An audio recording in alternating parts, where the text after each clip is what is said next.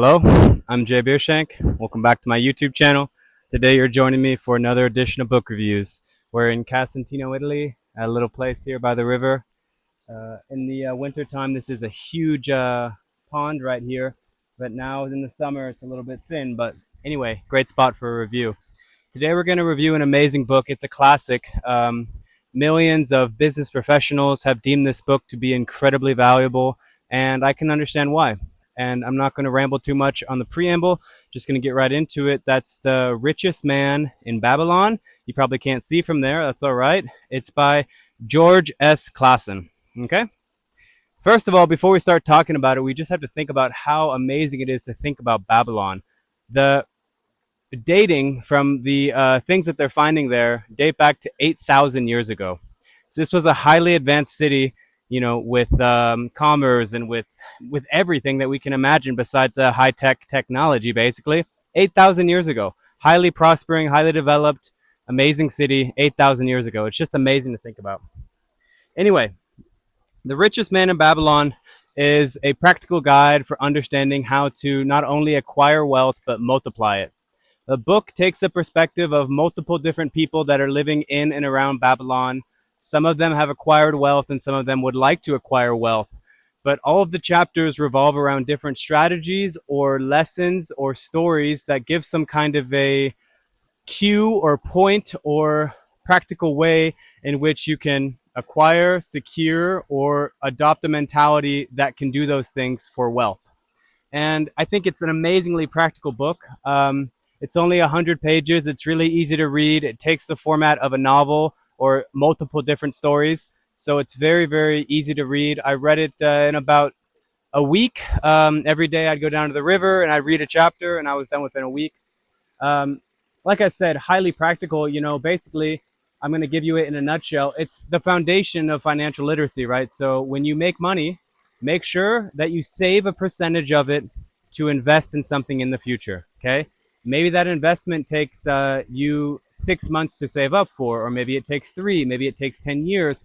But as long as you're putting away a portion of your income every time you're paid so that you can have a stockpile so that when an opportunity arises, you can allocate funds into it. This is foundational. It is so important. So many people let their money be spent on expenses, on living expenses, without understanding that these expenses can be mitigated in many different ways. But point being, like they say in this book, 1/10 of your income should be put away that you should pay yourself. So in the future, if opportunity arises, you can put it into something. Next point, you should always think about money as a worker for you. This money can go out and earn money. First of all, you have to work for the money, but once you have the money can become the worker. And once you have a huge workforce of money working for you, it can actually replace your own human labor. And this is really, really important. And this is what kind of all foundational financial literacy books talk about. For example, in Rich Dad Poor Dad, they say only assets can buy other assets, right? Like only buy another asset when your current assets can pay for that asset. And it's the same kind of thing, but in this book, it's broken down even more simply, right? It's just, if you have a piece of gold, that's how they say it in this. So let's say you have $100 bill, you put that $100 bill away. You keep putting it away and you keep putting it away. Eventually, you'll have $1,000, okay? Now, there's so many different things that you could allocate money into, but let's just say an opportunity arises, like let's say the SpaceX IPO just happened. Let's say, okay, SpaceX is at $200. I'm going to buy 5 shares of SpaceX at the IPO. Just one example, okay? Let's say your friend needs $1,000. They say they'll pay you back $1,500 in 3 months. There you go, okay? So these sorts of things. Next part. This is really important for so many people, including myself. And I really resonated with this part more than anything because it was the most resonant for where I'm at in my life right now. Better to have a little bit of caution than a lot of regret. When it comes to investing money, it's so easy for us to look at the shiny objects, to have dollar signs in our eyes, to project the best possible case scenario onto our ideas in the moment. And it's often much better to take a second and to have a little bit of caution. It is better to have a small return that is semi-guaranteed rather than a very, very low likelihood of a huge return, okay? I've made some really huge investments in my life into things that I was idolizing or fantasizing over assuming that they could make me huge returns. When in reality, if I would have, just hit base hits, for example, let's take $100,000. This was the amount that I invested. Let's just take, 10%. Let's say it's just making 10% a year. This is $10,000 a year. And so many people don't think about that. But with compounding interest, $100,000 at $10,000, next year 11, and it keeps going and going and going. Compounding interest, on large sums of money can be really life changing over the span of 15, 20 years. And when you're young, you often don't think about that. But point being, better to have a little bit of caution in your investments rather than a lot of regret. But I think everybody has to go through that in the beginning. Not everybody, but I think it's very common that people will make unwise investments in the beginning. Um, anyway, so those are basically the three foundational principles. There's a couple more that they talk about in the book, but I'd say those are like the most helpful to think about. And I really also like the quote. They talk about luck. And in one of the chapters, it says, the goddess of luck favors the man of action. And I think this is so important to think about.